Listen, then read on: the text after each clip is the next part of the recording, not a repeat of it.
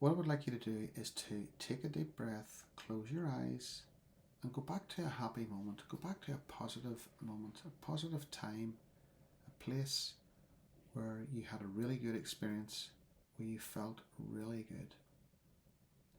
Okay? Just tune in to your mind and body and know how you know that that was a really good experience. It might be down at the beach, it might be on holiday, it might be with your friends, it might be dancing on the dance floor, it might be swimming in the ocean. But you know. Okay, you can open your eyes, just go back into the room. Now I can tell you exactly what formula you used to make yourself feel good. Imagine you have 6 cups in front of you with labels on them, like yellow post-its on each of those cups. And the first one says See, S-E-E. Second one is Hear. Third one is Physically Feel. Fourth one is Emotionally Feel. The fifth one is Taste. Sixth one is Smell. And the last one, even we'll put 7 cups along here, what you made it mean. So what do I mean by that? Whenever you were in your happy place, chances are something came into your mind and you pictured it. It might be the expanse of the open beach, maybe the sea, the colours, the sand, the golden sand, the forest that you're walking in, the bright lights at night time when you're out with your friends, what you heard, the waves crashing in on the beach, the wind, the seagulls, the rustle of the trees and the forest, the music as you were dancing on the dance floor, what you physically felt, that energy going through your body, what you emotionally felt, feeling happy, excited, hopeful. Okay? Maybe there was a taste involved as well. Maybe there was something you smelled. And importantly, what you made it mean. That 7th cup that maybe stands out on its own, a very important one. What you made all of that mean. Now if you think about it, if that's the formula, what you see, what you hear, what you feel physically and emotionally, what you taste, what you smell, and what you make it mean, those are placeholders for feeling good. So every event, every memory contains those, uses those. Turn it on its head. Think of a time that you didn't feel good, a time that doesn't make you feel happy, excited. It's exactly the same formula.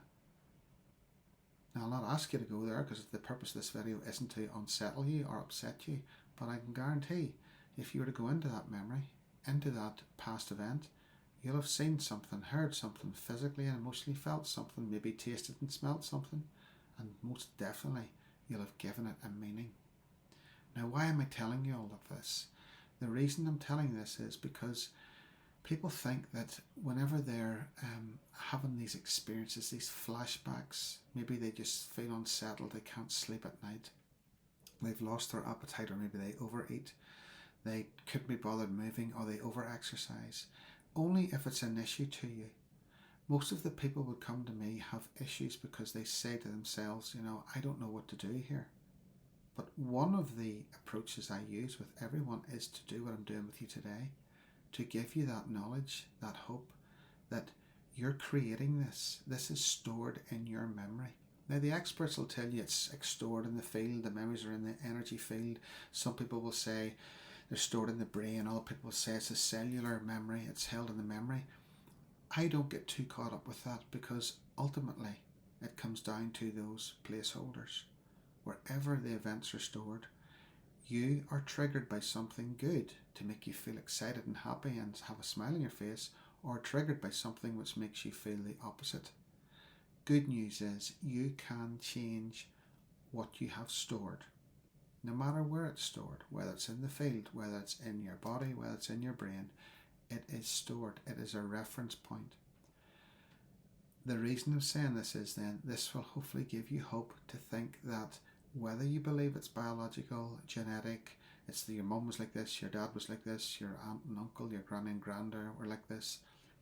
That might be the case, but you can change that because you can change your behaviour, you can change who you think you are by changing your thoughts, because these all start with a thought. It might be a subconscious thought, but when you get that feeling in your stomach, that sick feeling, those butterflies, that's adrenaline. Adrenaline is triggered then by a part of your brain that says, we've got to do something. We've got to fight, flight, freeze, or people please.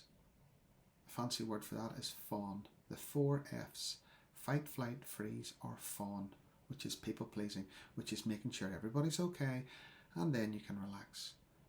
And if you're a people pleaser, and I'm a survivor of being a people pleaser, I can guarantee you that that peace never comes, because there's always something going to set you off. But we'll leave that video for another day. So again, why am I telling you this? If you have a formula to make yourself feel good, and if you have a formula to make yourself feel not so good, you can take control. But the first step is acknowledging how you feel. Now, a lot of the techniques that I use when I work with clients and also within groups, the first thing we need to do is to calm that part of our brain down, the part of our brain that is doing its job 100% right.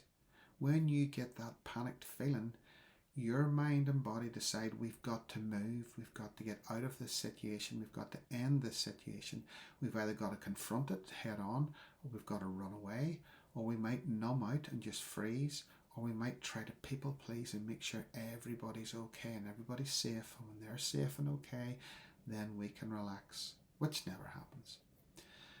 Those are responses, those are coping mechanisms, those are triggered as a direct result of stress of your environment. Somebody said something, somebody did something. You're worried about what's going to happen in the future, you're concerned about what's happened in the past, and also how you're dealing with the situation now. How good would it be for you to have control over yourself, control over your thoughts, control over your physiology and your biology? Now, this might give a wee bit of a needle, but I think it's worth bringing up. I call it the 3 pillars. So what are we talking about now, Nigel? Well, why would you want to change? And I'm going to give you 3 reasons why you'll want to change. And once you think about this, you're never going to go back. So if you want to stay the same as you are, switch this video off now. You still here? Okay. 3 pillars, I call them. What does that mean? Whenever I get triggered by somebody has said something, or something has affected me in some way, it might have lasted for a few seconds. It might have been a dirty look, it might have been a comment, it might have been something somebody tried to say or do to me, get caught up in traffic, or who knows what it might be, just something that has annoyed me. The event's over, but then I spend the rest of the day, the night, and maybe the next month, going over and over, wish I had done this, wish I had done that.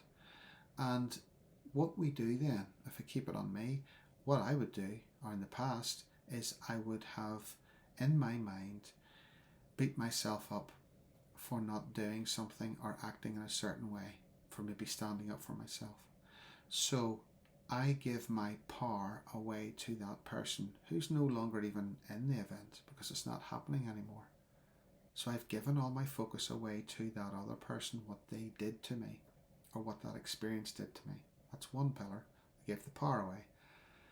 The other one is then that I feel it in my body emotionally. Anger, frustration, rage, hurt, grief, loss, whatever it might be. So I'm propping up this problem with one pillar, which is giving the power away. The next pillar is how I feel emotionally, holding on to all this anger. Holding on to all that anger and all of these other emotions, what that does is then it raises my blood pressure, raises my sugar levels, raises my heart rate. My cortisol and adrenaline and other hormones rush through my body. That's normal short term. Long term, not good. Okay, it's not good to be on that high alert for so long. So the third pillar then is how I feel physically. When a problem occurs, I give the power away to the other person, because I let them still affect me even though they're not even in the room anymore. My physiology is affected in not a good way, and my emotions, my feelings in that moment, are always affected by an event that could have happened years ago. So if we want to prop up and keep that alive and make ourselves unwell, then you keep those 3 pillars in place, and that props up your problem. How about instead of that, what you do is that you would replace those by saying to yourself, I'm going to take my power back. Do I want to give my power to that other person? The answer is no. Take your power back. Again, there's a process for doing that. Some people don't want to let go because who will I be if I let go of this anger? But who's actually getting hurt by the anger? You are. Take your power back. Take your focus off what has happened. That's one. The other one then is the physical feelings. Okay, I don't want to have all of this adrenaline and cortisol flooding my body. I don't want my heart rate to be going really fast. I don't want my breathing to be shallow. I don't want my stomach, digestive system to close down, because that's what happens when we're under stress. I want to be opened up. I want to be in touch with who I am, so I want to lower the stress levels. I want to have that event have no effect on me physically, and no effect on me, for the third pillar, emotionally. I want to replace the anger with excitement. I want to replace the hurt with acceptance, with fun, joy, love, whatever it might be. Those three pillars of taking your power back, propping yourself up with confidence in yourself, feeling good, positive emotions, and physically feeling really good, then you prop up that new opportunity to feel good and to feel healthy. So a lot of information there, but this is possible. These are things that you can do yourself. And I'm suggesting to you that if I can do it, you can definitely do it too. Because here's another thing. I'm going to leave this with you. What you hold on to, you get to keep and use against yourself and the world. What do I mean by that? If you have been wronged in some way or had an experience of trauma, big trauma, small trauma, and it still affects you to this day, you're the one that's rehearsing that in your mind. You're the one that's keeping that alive. Nobody else is, because it's not happening now. If it's in the past, it's in the past. But if you keep bringing it up, you're the one that will use that hurt, that anger, that rage, that grief, that loss to make yourself even more miserable. There is no doubt about it. People hurt and horrible things happen to people in the world.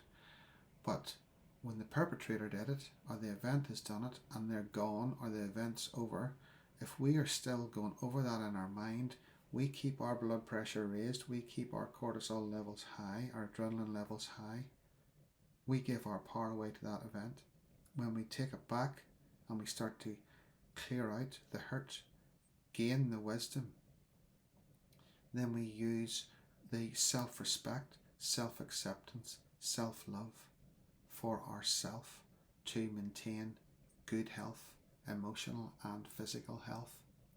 A lot of people, and it's great, are wrapped up in their physical health. You'll see people running around the roads, swimming, windsurfing, jogging, doing whatever it is they want to do to keep themselves cycling in good shape.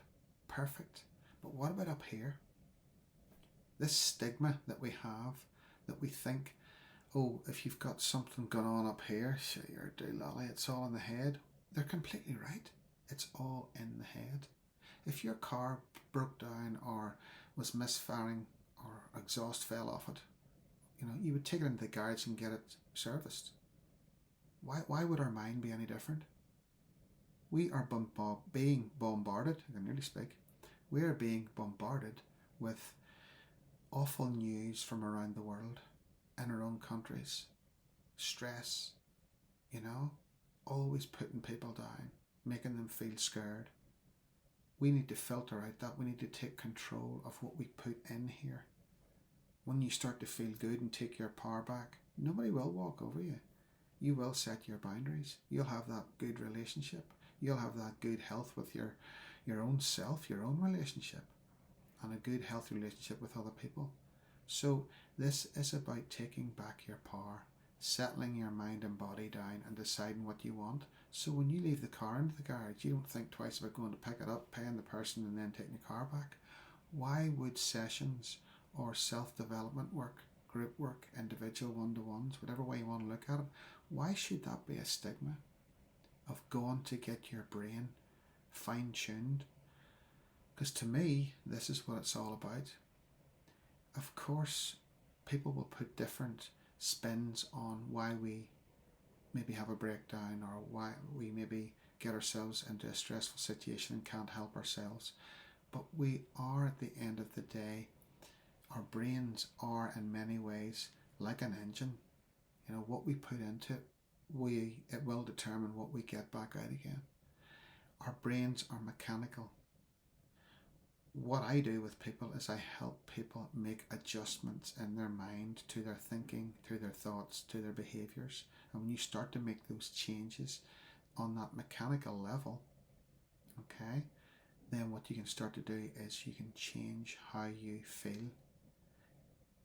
I would say 95% of our behaviours are created by our experiences in life.